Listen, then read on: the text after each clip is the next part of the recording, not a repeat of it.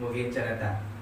మరి ప్రారంభిస్తారని అన్నారు, మరి ముగించరు అని నేను అనుకున్నాను. కానీ మరి కేవలం 170 దినాలలో, కేవలం 170 డేస్లో బైబిల్ని ఆది కాండము 1వ అధ్యాయం నుండి ప్రకటన గ్రంథము ఆఖరి అధ్యాయం వరకు చేతితో రాసి ముగించడం జరిగింది.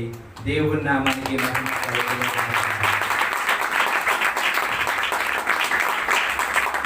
మరి సిస్టర్ గారు మరి చరిత్ర సృష్టించారు.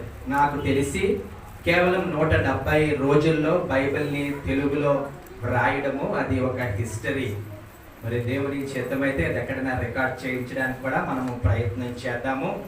మరి కుటుంబాన్ని ఒక పక్క చూసుకుంటూ, ఒక పక్క పిల్లల యొక్క ఆలనా పాలన చూసుకుంటూ, ఒక పక్క తన ఆధ్యాత్మిక జీవితాన్ని